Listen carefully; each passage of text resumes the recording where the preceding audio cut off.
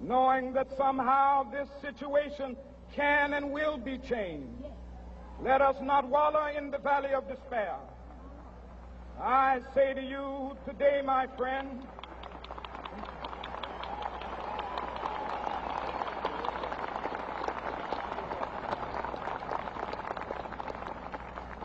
so even though we face the difficulties of today and tomorrow, I still have a dream that one day this nation will rise up and live out the true meaning of its creed. We hold these truths to be self-evident, that all men are created equal. August 28, 1963, Martin Luther King's I Have a Dream speech was announced in front of the Lincoln Memorial, a historical moment in time where he calls for an end to racism and discrimination in the United States, and he called for civil and economic justice to all, rather than endure and embrace any forms of hate or inequality. One time we were like playing sports and we got stopped by the cops, and I was the one that got searched out of everybody. So I don't know, I guess because they assumed I might be the one holding or something. I'm not really sure what the thought process behind it, but yeah, I was the only one that got searched. I was also kind of like getting bullied a little bit of how I dressed, because my grandma and them were really poor, you know, and we used to wear hand-me-downs literally, you know, from Goodwill and all that.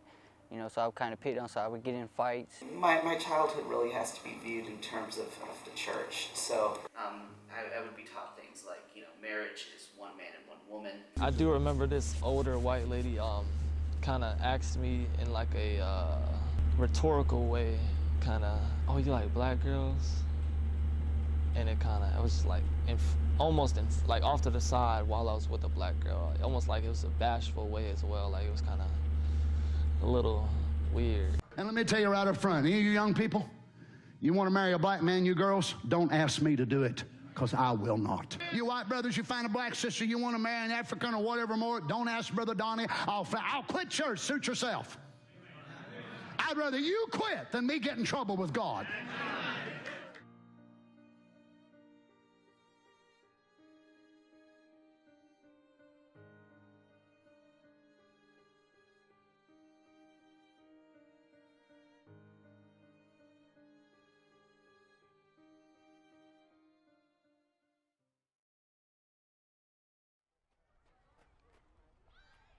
According to the National Center for Children in Poverty, despite most stereotypes about America's poor and low-income areas, at least 1/3 of 13 million children living in poverty are white.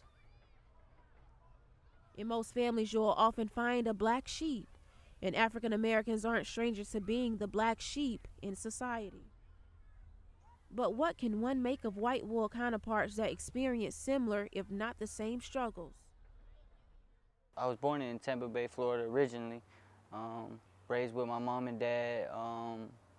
Probably when I was like 3 to 5 years old, my mom and dad, they signed their rights away, gave me up for adoption. Then my grandma took me in. Later on down the road, did the same thing. Joey Davis is a local resident of Tallahassee, Florida. And though his life is currently on the right track, the rocky beginning started as a toddler. I grew up in Pompano my whole life. Started kind of middle, lower class. About 6th, 7th grade, moved to the lower class. Had 2 to 3 friends growing up. Basically just hung out every day, found the best of something to do. Didn't really know I was kind of poor back then, because my family always tried to provide the best, you know, kind of cover it up, I guess. Parents didn't have college education at all. I think my mom graduated from high school, but I know my dad didn't.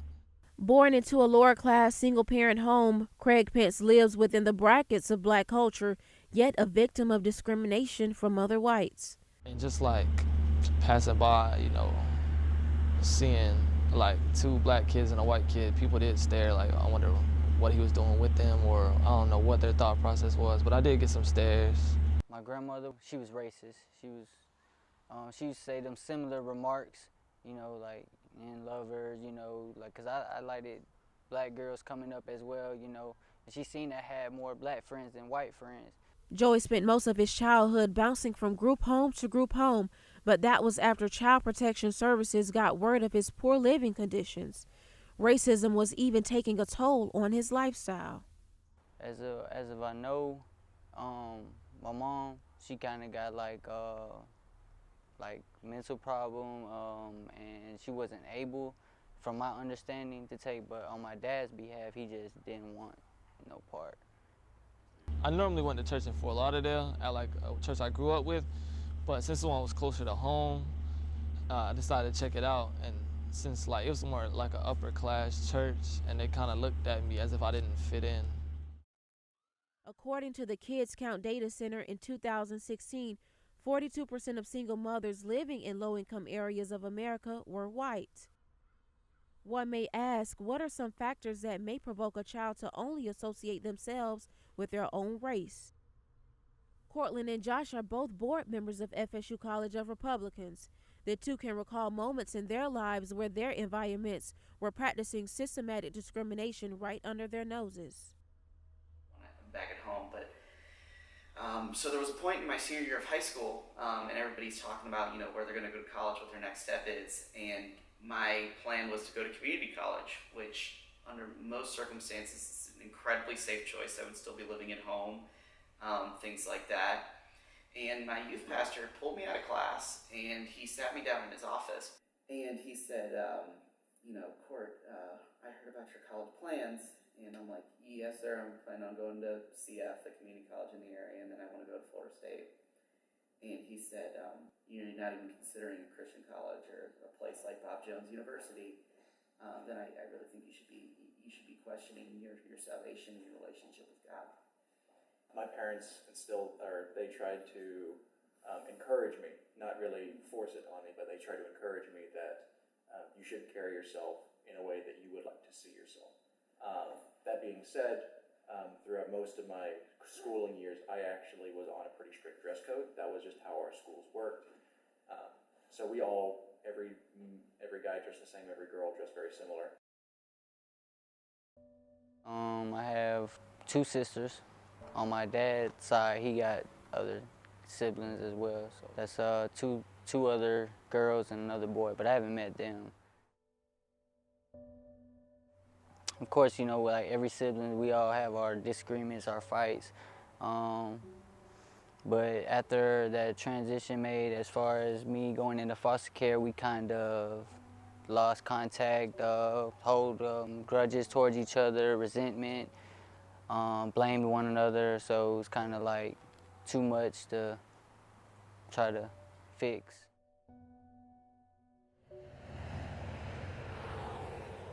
An average of nearly 400,000 youth are put up for adoption every year.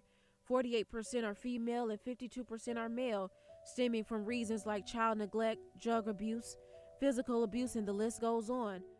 Unfortunately, Joy became a part of that statistic, but maybe it was best. When the caseworker told me he was in a group home and I wasn't going to adopt no more children, and she said, Miss Davis, we have a boy that he's a very nice guy and he need a home. And then he was with his grandmother and mother and it didn't work out. And so I said, but I told Miss Hughes, I don't want to adopt no more children. She said, but he needs you. And that's how we got there. I took him and a few years later I adopted him. God made us all. No matter what color you are, your blood is red and you're a human being, you're a child of God. It don't matter what color you is. And my son always knew that didn't matter to me. And he always wanted to be black because he says mother black, but I said that don't matter. You know, you're not black, but you my son. Being around African Americans showed me the struggle of things. They taught me, like, as far as white privileges, that it is true. Being locked up, you know, around mostly blacks and whites, you get side of both worlds, you know, and hear different other stories, and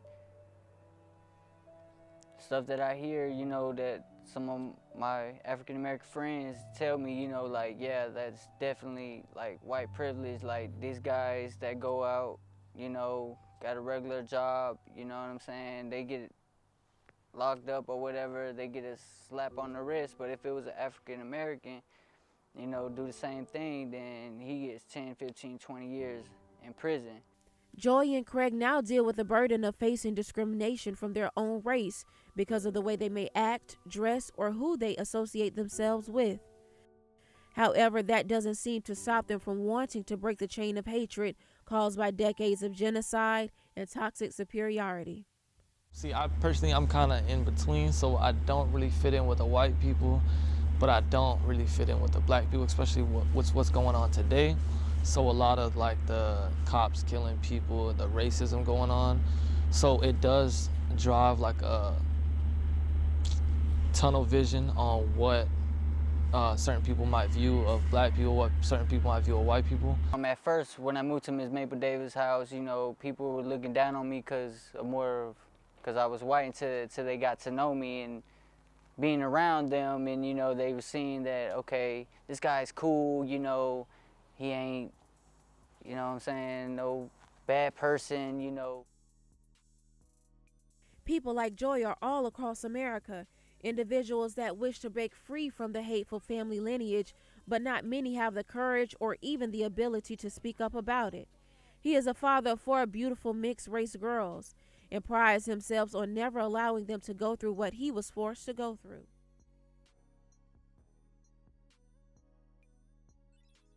Joey is a big-hearted, caring, down-to-earth, lucky-go person, you know. I'm funny, you know, I like make people laugh, you know, I always try to keep a smile on my face. That's one thing people tell me all the time, no matter what I go through, you always gonna see that smile on my face. I ain't gonna let my emotions show. He was a good son, all I can say. I'm proud of him. I just want him to do good, and I think he have a good wife. I think she love him the ground he walk on.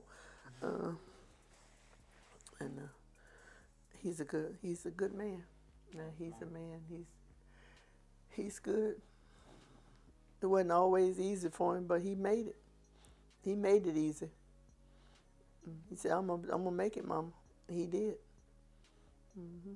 As for Joey, he's not going to allow his past nor his present trials and tribulations prevent him from being the man he is destined to be. Craig believes regardless of anything, it will always be a stereotype of some sort that ties to white Americans associated with African Americans deriving from a power structure. It does hinder relationships with people, and since I'm kind of in the middle, like I like hip hop music, I dress a certain way, even though, you know, some people view it as, you know, he's dressing black or acting black. But I'm just being myself. Like, I like rock music. I like everything, skateboarding. I'm just like diverse as well in my interest in hobbies and stuff. So I don't really fit in with the white people directly, and I don't always fit in with the black people. Like, I'm not a dancer, you know, it's certain stuff that just don't align.